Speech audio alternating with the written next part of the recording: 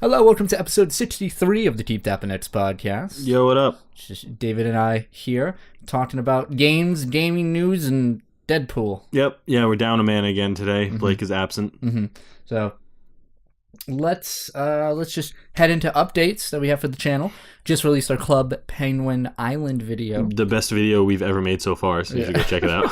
It's great. So if you guys have watched our Club Penguin video a year ago, that was very popular. Yeah, the so death of Club Penguin. Yeah, this one's even better. This is the rebirth. Club Penguin Island. We actually had to download this game. Yeah. And it was kind of a good game. Yeah, honestly, it wasn't too bad. Yeah, well, you couldn't do anything in it unless you paid $5. Yep. So that's fine. Yeah. If I was a kid, I'd probably want to pay $5. The game looked fun. There's some funny stuff. It's just a highlight reel, so go watch it so you don't have to sift through boring stuff. We have our D&D talk we did last week. We had our D&D talk, so we'll do that. I want to do more stuff like that. Yeah, that was fun. A Way Out. Oh, no. Looks like Facebook wants to alert me. There we go. Yeah, and then we have our Way Out playthrough that we've been doing. That was a good game. Yeah, that was great. Let's actually talk about that now. Right. Those are our updates. So let's talk about what we've been playing this week. So we might as well just start with that. That's true. I know you. Dave, what have you been playing? Well, I mean, I played A Way Out twice. I played through twice. It's great. The game's amazing. Did you get both endings? Yes, got both different endings. Won't spoil anything. Yeah. I played the same character both times. Okay. And it's a short, really condensed kind of cinematic experience. It's great. Yeah. It feels. Oh man. So if people don't know, A Way Out is published by EA. It's a game where you and a friend play as two prison convicts, inmates, and you have to break out of prison together and essentially go on an adventure. Yeah.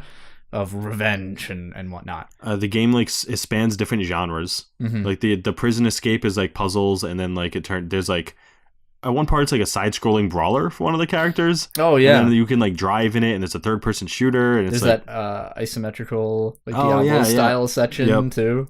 It was crazy. It was great, and it all felt good, right? It didn't feel like hands in because it was either too short for you to really care that it was not very developed, or it was just the action was so high octane that you just felt pretty invested into it the whole time. Yeah, and the writing's really good. Characters super fun. The voice acting was good. The writing was good. It's about 6 hours long, so just only one person needs to buy it for two people to play it. Yeah, that's the best thing about this game. If one of your friends or you own this game, you can share it with somebody and play the whole game. Just with one person owning the copy, because there is no single player. There's no AI controlling the other. Can you imagine playing this game online with a stranger? No. I don't think you can. You can. You can just do play online. It finds person matchmaking. Oh man.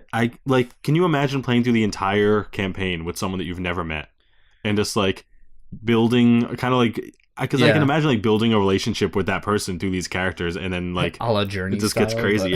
Yeah, I could see that happening. I feel like it might be. I see less trolls playing that because it's not a short round. Yes. This is you're invested in a story. It's mode. A 6-hour story. Yeah. Exactly. So I don't think, there are a lot of trolls out there, but you're less likely to find a troll in this situation. Yeah.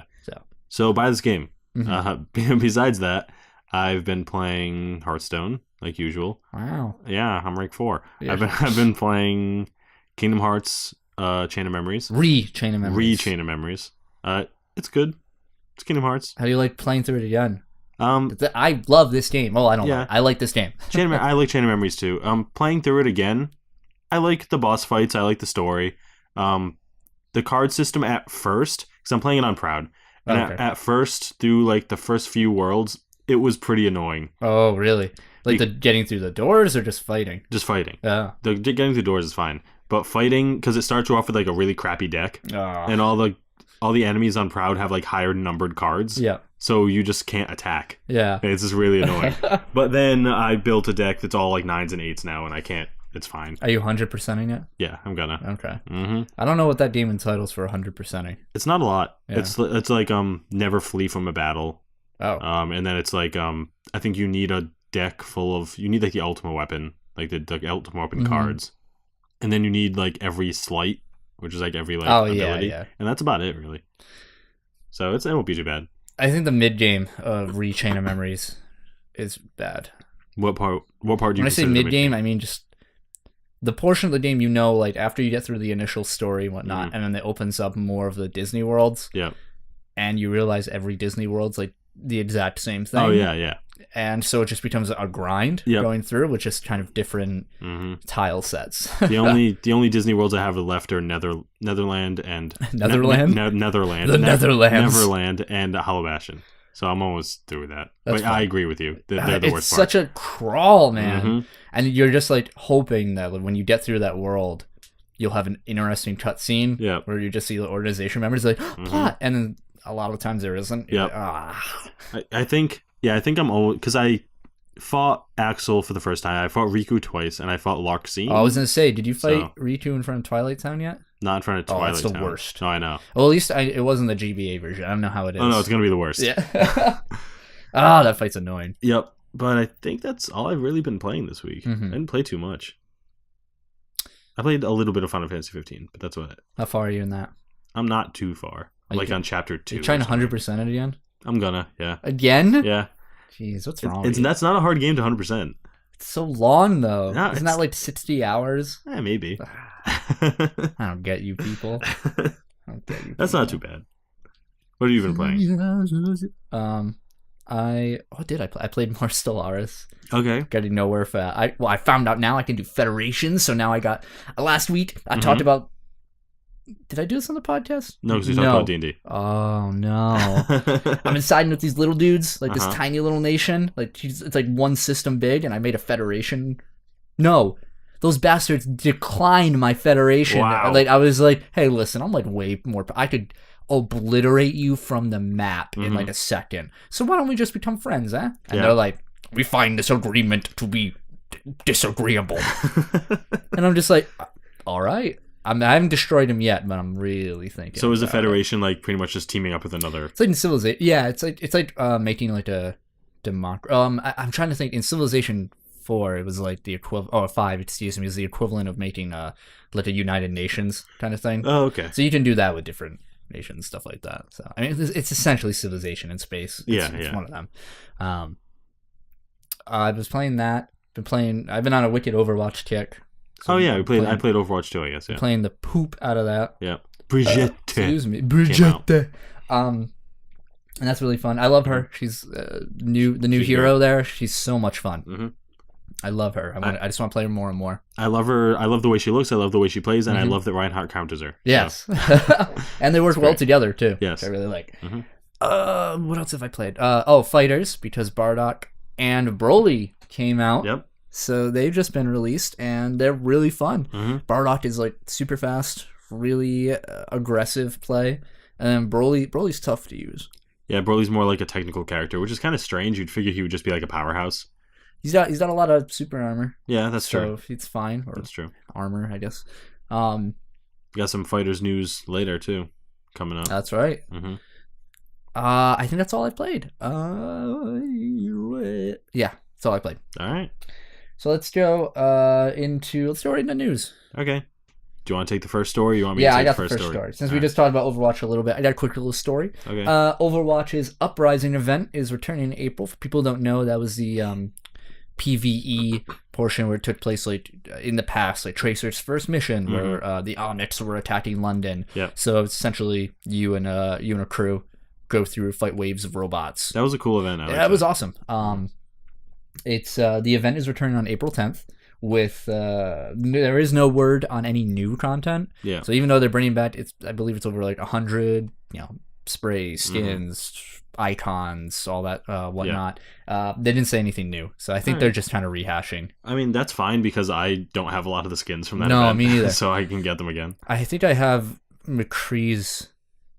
I think McCree had a skin for that. I think so too. It was like a Blackwatch. The Blackwatch skins came out during that, I think. Yes, they did. Yeah. So I think I have like soldiers and Orisas maybe, but I remember Genji's being pretty cool. Yeah. If I recall. So I kind of like that Blizzard does this. It gives people another chance to get the yearly stuff. Yeah, that's fine. Yeah. I wonder what they're gonna do next though. Because I think they need to throw out a new event. Yeah, they probably because I mean they have the holidays they do every year, but besides that, I think they should do another story event like this one. And then that's it for that. So April 10th, keep your eye out for that. I'll definitely be playing. What else do I have? I have, so EA, yes. Electronic Arts, are working on an open world Star Wars game, allegedly. Ooh. So, according to several sources, this one namely from PC Gaming, but I read on Reddit and all that whatnot. According to a job listing on EA's site for their Vancouver office, the company is looking for a lead online engineer to deliver, and I quote, online features for a Star Wars open world project, end quote. Oh, I mean, that's pretty specific. So what's interesting about this is that, if you recall, earlier last year, Visceral Games, big publisher there, got canned by EA, and they redistribute a lot of their projects. A lot of people believe this is going to be a continuation of that because this is the Vancouver site where a lot of Visceral Games' projects were being moved to. That's probably a good guess. I mean, having the people who were originally working on something similar work on this, like that just sounds obvious. It's and you know, they were working on a Star Wars name to begin with, so and I think a lot of people were talking about before that EA kind of shut them down on that project because Visceral was trying to make it more of a linear experience, an Uncharted style game, but EA was just like, no, multiplayer, guys.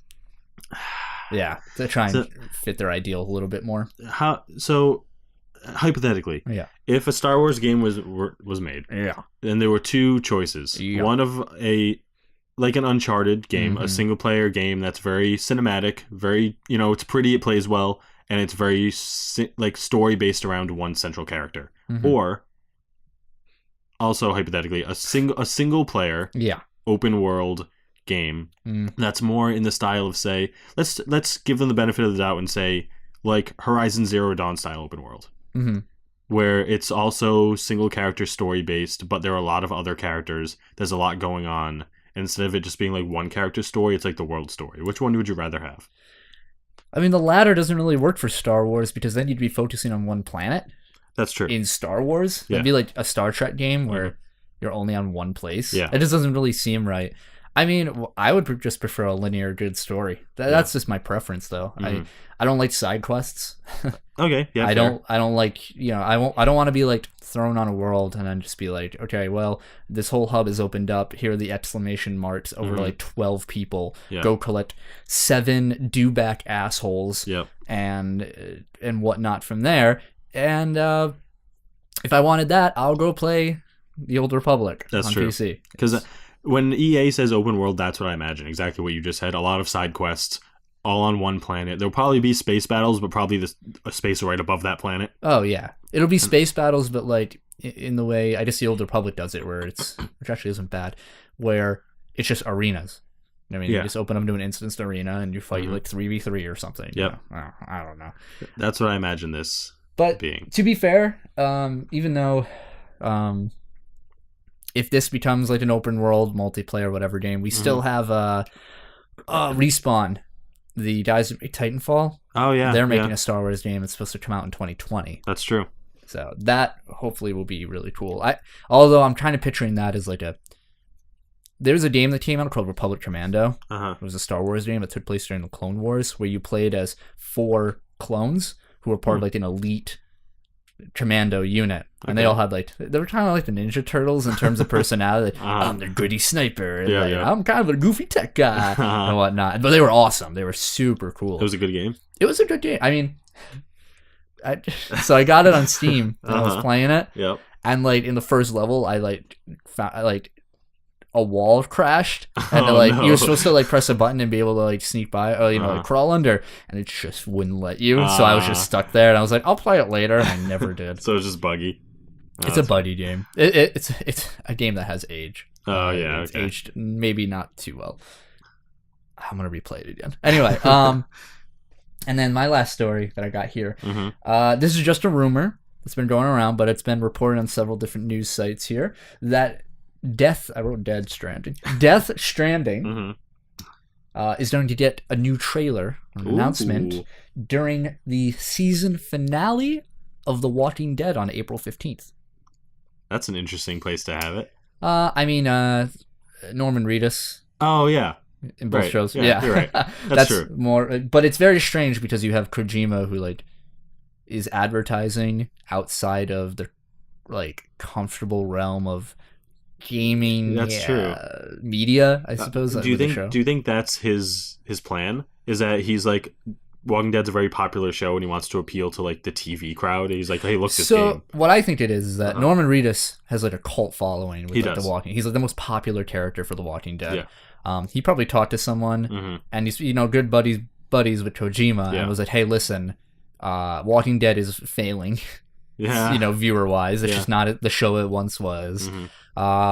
Probably talked to his studio buddies over at AMC. Was like, listen, I can give you like a boost in views for the finale. That's true. That's all they care about is the viewership. Yeah. So why don't we just release a trailer with my game? Quote unquote. The game that I'm in. People are gonna watch that, and there's like 500,000 people. Like, yeah, you're gonna get that many views. Kojima wouldn't say no to advertising. Why not? Show, yeah. You'd probably get it for a good deal. Yeah, I think it's kind of awesome how like Norman Reedus and Kojima seem like friends. They seem like legit friends. Yeah, like bros. It's really cool. I wonder, like, does Kojima speak English?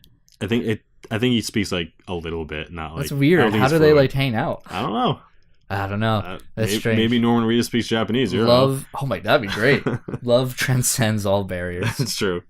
Language and physical. So that's it for me for news. That's awesome. I can't wait to see that new trailer and hope that it's as wonky as the first one. That's the dream. And then watch, he makes it a TV trailer because it's going to be a movie. I wouldn't even complain. Could you imagine, like, after the trailer was like, wow, and then at the very end, it's like, coming to theaters. That'd be awesome. I'd watch it. Anyway, my first story that I will speak of today is the DBZ FighterZ news, because we talked about it a little before. Yeah. So, a few weeks ago, we talked about how there were DLC character rumors. Yeah. Of Vegito Blue, Zamasu, Goku and Vegeta base form, Cooler, and Android 17. So, in the newest patch on PC with Bardock and Broly, a fighting game modder, Mizumi found in the PC backup data initials corresponding to all of the DLC characters that are coming out. Wow. And including BDN for Bardock and BRS for Broly. And he found other initials, VTB, ZBM, GKN, VGN, CLF, and AVP, corresponding to, in order, Vegito Blue, Fused Zamasu, Goku Normal, Vegeta Normal, Cooler, and Android 17. So the rumors were 100% correct. Oh, man. That gives me hope for the second wave rumors with like Videl and all that. That's true. Still, okay. So, I mean, this is still technically a rumor because we don't know that those it hasn't been announced initials are corresponding to those characters. It seems like that's pretty obvious. So I wonder if that's in order too. It might be. So are we gonna get Fuse Zamasu and Vegito Blue and next together, and then Goku Vegeta base, and then Cooler and Android 17 together? That's a weird. Yeah, that's a weird pair. But I just. But no, Bardock and Broly kind of makes sense because they're like movie special people. So who knows? I mean, I'm not excited for Goku and Vegeta base. No, me neither. Everyone else is fine. Especially Vegeta base. I know. There's nothing Vegeta base can like offer. I know to anyone. What other moves does he have that normal Vegeta doesn't have? I was gonna say Gallic Gun, but Super Saiyan Blue Vegeta has that. Yep. Yeah, like what else? He'd turn to a monkey. If his level 3 is he turns into the ape, that'd be cool. Yeah, that'd be cool. I'd be cool with that. That'd be down, but there's no other moveset of his. I know. I can just see his level 1 being that jumps up in the air and does a downward Gallic kind of thing. But, I mean, all the other characters so far have been cool, so... Base Goku at least has something interesting to do. Spirit Bomb. Yeah. He could do a feat Kamehameha. That's true. Just, I hope Arc System Works can make them work. Yeah, they'll make it work. Yeah. They'll make it work. All right. Next story. If we could have 2 teams of Goku, if you count. There's too many Gokus. That's really funny. There's Super Saiyan Goku, Base Goku, Blue Goku, Rose Goku. Who else is there? There's Bardock, who's kind of like Goku. Goku's dad. Too many. Goku's pop. That's too many. Next. So, a story that I found on IFLscience.com. I don't even know what that is. An AI attempts to create Dungeons and Dragons monsters. Oh, so, moving a little away from gaming there, David. A little bit. It's still gaming. Oh, it is gaming, yeah. Not video games. So a research scientist by the name of Janelle Shane fed an AI 2,205 D&D monster names from all of the monster manuals and had it come up with its own names based on those. So we got examples? We do have examples. So some of the winners, in my opinion, include Space Ogre. In D&D? Yep, Space Ogre. Greater Mommy. Okay, yep, no, keep going. Desert Beeple. Beeple? Beeple. Like B as in boy, Beeple. Yep, Beeple. Yep. Fire Undead Lake Man.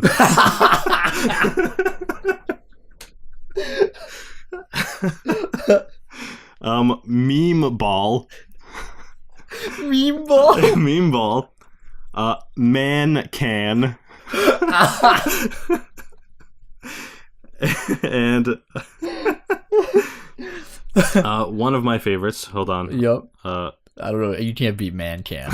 It's Man Dash Can. pretty good name. And Kerple Lard Dragon. Kerple Lard Dragon. What's a Kerple? I don't know. What's a lard dragon? Do we have statistics for these creatures? We don't. They don't have statistics. Just names. Apparently, why these names are so weird is, according to Janelle, it's hard to make an AI get creative. So they just take words that were already in the monster names and fuse them. They've also tried to get the AI to write the next Game of Thrones book with strange results. So if you had a level like 15 D&D character you've been with for years, yes, with your friends, what creature would you be most disappointed in falling to? Would it be the Man Can, or would it be the Greater Mommy? I don't. My personal favorite is what is it? Burning Lake. Oh, the Fire Undead Lake Man. See, that's you to prepare for that. You know he's gonna have fire damage, but lake. Does he have fire and water? You never know. Is he man or monster? That's amazing. Those names are great. I love them. There's a lot more of them listed, but those are some of my favorites. Do you have the list? I could bring it up again. No, we would be here all day. What do you got, man? Anyway, next news story. So the Final Fantasy 15 director, Hajime Tabata, is getting his own studio after the success of Final Fantasy 15. So Tabata is now the head of Luminous Productions. And they helped bring Final Fantasy 15 together from a complete mess to what it is today.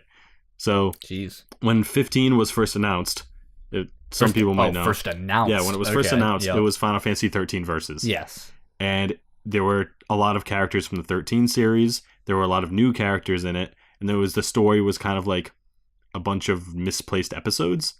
Oh. And that wasn't Tabata who created it. That was the guy who made 13.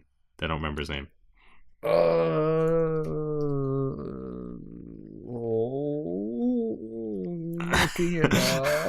That guy. The director of the 13 franchise. Man Can. Oh. Motomu Toriyama. Yeah, Toriyama. So not to be confused with not that Toriyama. But he originally created 13 Verses, and that was in the works for 2 to 3 years. Yeah. And then after Lightning Returns came out, Tabata took over production of it and pretty much said, okay, none of this works, completely redo it.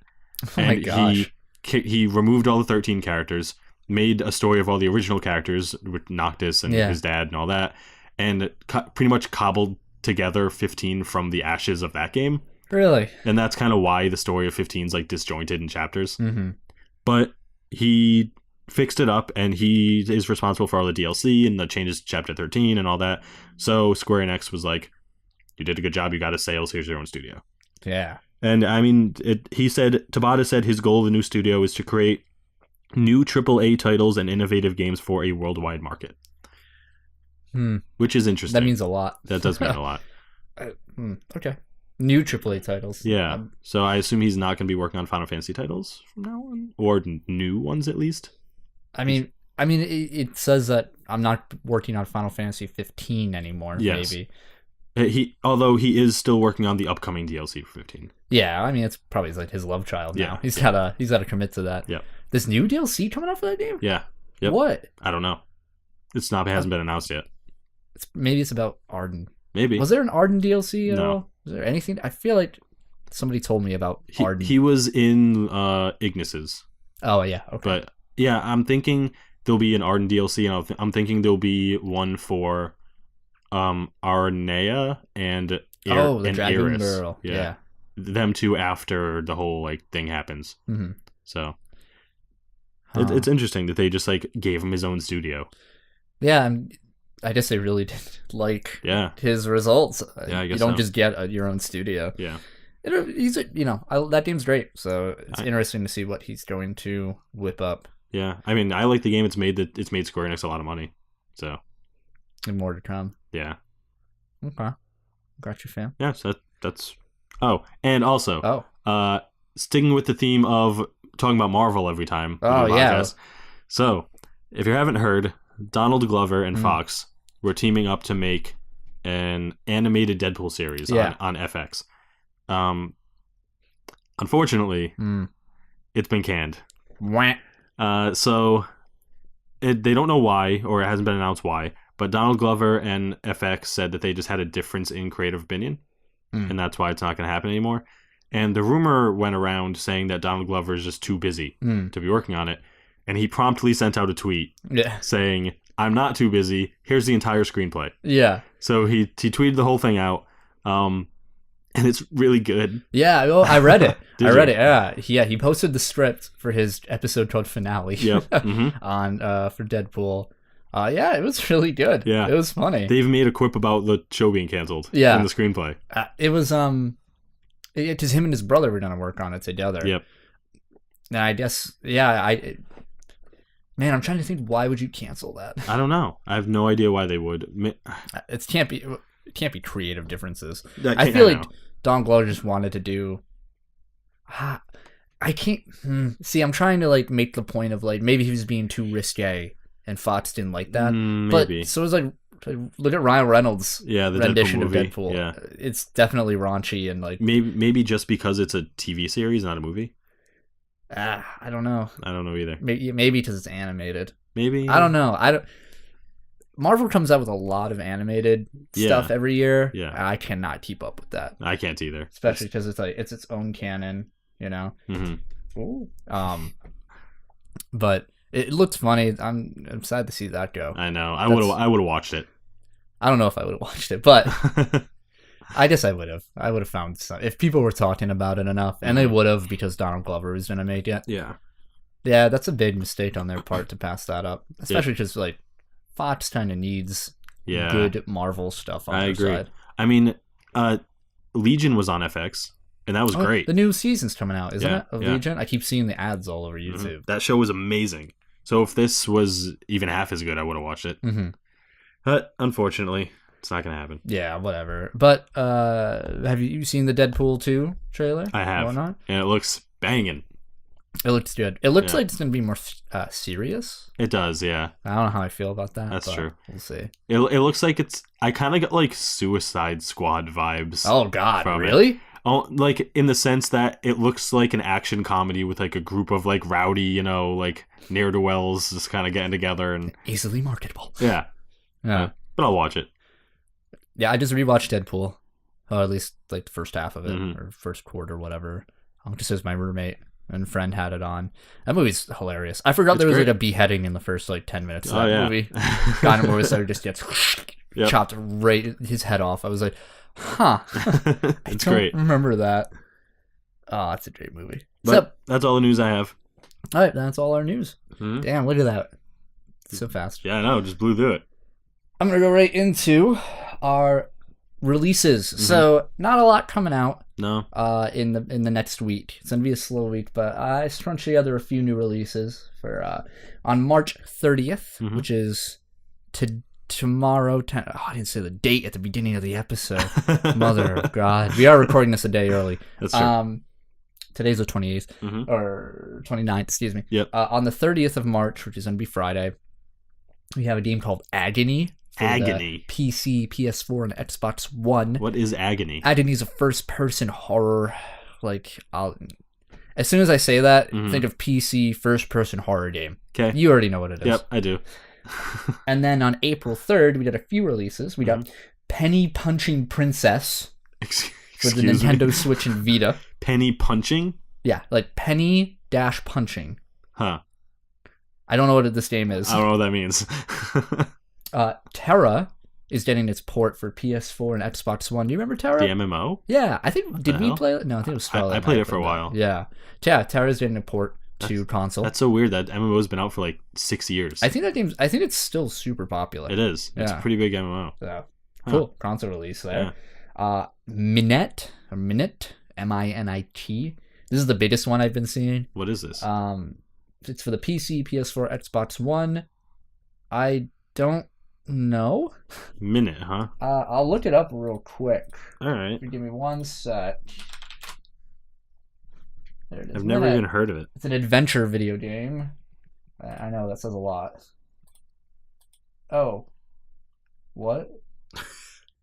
This is not what I expected. Oh, what is it? So it's like a weird... Whoa, what the hell? Like bit-looking retro adventure game. Maybe like a platformer. You play like a duck with a sword? Oh yeah, you have a sword. What the hell is this game? It's all black and white, which is kind of interesting. The water is nice and warm. Sorry, we're looking at the teaser right now. But actually, his model kind of reminds me of a Tamagotchi. I was just about to say like an old Digimon or Tamagotchi style game. Probably not something I would play. Yeah, it looks interesting though. Like, it's the only thing that's coming out in the past like week that anyone cares about. That's weird, huh? And then lastly, the magnum opus of this week. Yep. Crisis on the Planet of the Apes VR. Oh my god, that title. PC and PS4. Crisis on the Planet of the Apes VR. Have you ever seen Planet of the Apes? Like the new series? Anything. I've seen the original. I've never seen anything to do with Planet of the Apes. The original is really cheesy and but it's good because everyone's just in costumes. Yeah. But it's a classic. It's alright. But like I've never seen the remakes of them. I don't know how deep the lore of Planet of the Apes goes, because apparently pretty deep. Yeah, I was just gonna say I think it's actually kind of deep. Isn't all these new movies are about Abe, or what's the name of the freaking monkey? Isn't it Abe? Abe, I don't know. Gets injected with a smart serum. Yeah, he's like scientifically created in a lab. Yeah, and he's smart. And then he's like gives it to his brethren. Yeah, and then they take over. And they're all smart, and then they're smarter than we are and kill us. How do they beat us? Because they are smarter. They're as smart, if not smarter than us, but they're also as strong as apes. Oh, do they use guns? Yeah. Oh, okay. Mm-hmm. I thought in my head I always picture Planet of the Apes like apes are like they're like Clayton, and they come over and like try and kill us, and then like we just shoot them. No, they have guns too. Okay, and like I think there's like robots in the new one. I don't know. What? I don't know. Is it Terminator or Planet no, of like the mechs. Just watch the trailers. The Planet of the Apes. There's a crisis, and you can experience it in VR. I don't want to experience Planet of the Apes in VR. Me either. Could you see the Statue of Liberty and be like, "It'll blow it up"? But in VR, are you a human or an ape? Can you like look at your hands and you have like hair on them? What if I become? You're probably a human. I'm gonna look up the synopsis real quick. But I think so. The humans like are sometimes the bad guys in those movies. I'm pretty sure. Isn't it like a story? Isn't it a story of how they are the bad guy? Like, is this supposed to? Yeah. The moral of those tale is like science. It's go like too Avatar. far. Watch your hubris. Yeah. No, that's stupid. Avatar is stupid. It's the same concept. It's dumb. Humans are the bad guys on the alien planet. On Steam. Mm-hmm. 5 years since its outbreak, hold on, sorry, it's really tiny. Simian flu has wiped out half of humanity. Excuse me. Mm-hmm. You are an ape with advanced intelligence. Oh, you are an ape. Oh! An ape with advanced intelligence captured and held prisoner in a remote scientific facility. Climb, jump, and shoot through the chains of apocalyptical world to escape with your fellow apes and return home. You know, it looked kind of weird, but then when I saw him like swinging on the pipes and stuff, I was like, that looks kind of cool actually in VR. I'd probably get sick in VR. Yeah. At least it's more than just like shoot and like railgun. Yeah. Oh yeah. That's kind of cool. What? So wait, there's a flu? Do they create a flu that like destroys humanity but not monkeys? I don't remember. We need to get a guest next week, a residential an expert on Planet of the Apes. I need to know this, and we can interrogate them. We'll just have a marathon. We'll sit down and watch all the movies. They're not even like a person. It's like an ape, you know, in a suit. But like we think he's a human. He's like disguised. It's an ape but in a cheesy human suit opposed to a human in a cheesy ape suit. You're pretty hairy for a human. You're like, it's a condition called simian flu. Yeah, and he throws a vial in my face. Oh my god. That's it for releases. Yeah, we're pretty light on there. I know next week or probably the week after we're gonna have some big stuff. You know what I can't wait for? E3. E3 this year. When is E3? June? I think so. It's gonna be crazy this year. It's gonna be pretty crunk. It's gonna be a lot. So, that being said, let's go into our final segment of the show. Mm-hmm. David. Yeah. If you were to recommend one thing to anyone out there in the world, anything at all, it could be your favorite type of bath towel or towel. I'm sorry, not bath towel. Towel. There are different variations of towel. You're right. Could be your favorite sort of letter. Your favorite letter. It could be your favorite fizzy beverage. What would you recommend to the fine people out there in the world? I'm gonna go with my choice of healthy frozen meal. That's an oxymoron. Well, you know, like healthy choice or like all those things. There's one called Devour. Devour? Yes.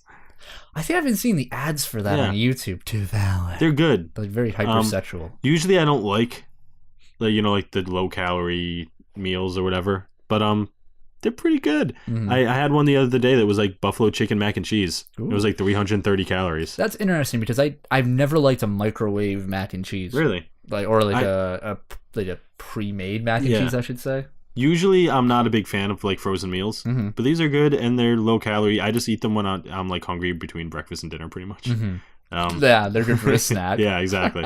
But I mean, it's pretty good. So go get them. Go buy those. Devour? Yeah. Okay. They come in a lot of different kinds. Go buy them. All right, you got it. Devour pre-cooked frozen luncheons. Yep. And dinnerinos. Yep. Go eat them. Oh, real quick, we didn't rate A Way Out. Banging. Wow. All right. I agree. From Garbaggio to banging, that game's a banging. Yeah. It doesn't quite hit my banging 0.5. No, of like straight banging. Maximum rating. Yeah. But it's banging. Yeah, it's banging. Badass. Go play it with a friend. $29.99 for 2 copies. Go buy them. Go.